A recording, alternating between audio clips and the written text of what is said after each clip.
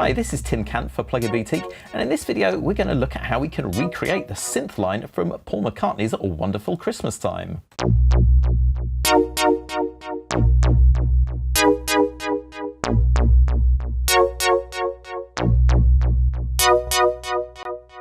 So yeah, I chose this track because I thought it was going to be easy, but it wasn't, mainly because I'd never really learned how to use the CS80V plugin, which is a recreation of the Yamaha CS80 synth that Sir Paul used on the original record.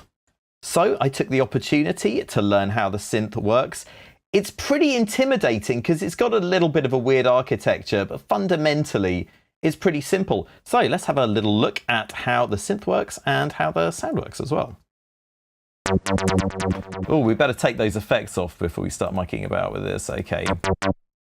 So we've got a rather tasty techno bass sort of sounds.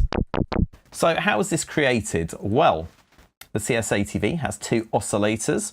We have oscillator 1, which in this case is set to a pulse shape, and it's got a bit of a low pass filter on it with a fairly short decay. And then if we listen to oscillator 2, that is higher, as you can see in the feet section, which is basically the octave control. That is set to 4 rather than 8, so it's an octave up. And it's got a little bit of high pass filtering, and again a bit of a low pass filter with a short decay on there. Also, we've done a bit of stuff with the brilliance control in here.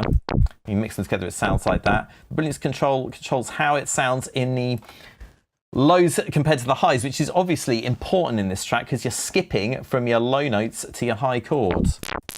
So yeah, there was basically a lot of tweaking involved. So what I'll do is I'll put the patch in a link in the description so you can check it out for yourself. And hey, if you can come up with a yet more authentic version, that'd be awesome.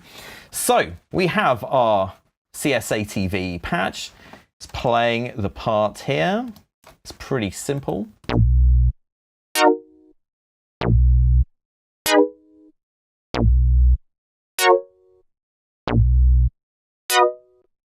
Now, what it's missing is, of course, the delay. So let's put that on next. Now, people complain about the delay times in the track, and then it's kind of funky. I don't think it's that bad. I tried to come up with something similar with Primal Tap from Sound Toys, of course. Let's have a listen to what we've got.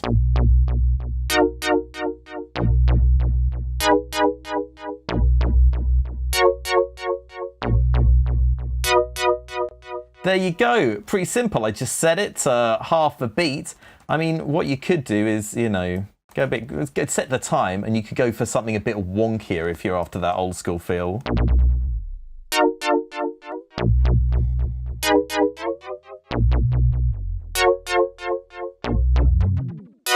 Yeah, you can get pretty wavy with it. Also, I added a bit of reverb. I'm going to put this back on beats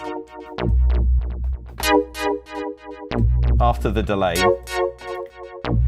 And I also tried mucking about with a different preset. So this is Sound Toys Effects Rack, which is pretty sick and has some lovely presets. So Dark Reflections, I thought, was pretty fun on this. And if you turn up the mix wet dry level, you see that's a more kind of contemporary dystopian Christmas. So yeah, I was pretty happy with that. Anyway, we'll take that off. So the other thing was we had the delay, but I wanted to get the sound a bit more like the record, which sounds kind of like wonky and old and knackered these days if you listen to it. So what I did first was I used a bit of multi-band exciter in isotope neutron. I set all of the bands to tape mode, started kind of like fairly subtle in the low and the mid, and then ramped it up for the high. So let's have a listen to that. And then without. So it's really bring out the high end. Then I wanted to beef it up a bit. I went for the neutron compressor, real simple, just a single band. So then we'll add the delay again. I think we can live without the reverb.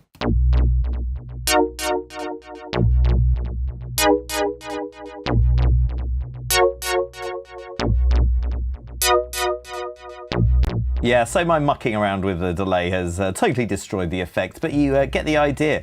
And hey, why not check out that patch in the description below?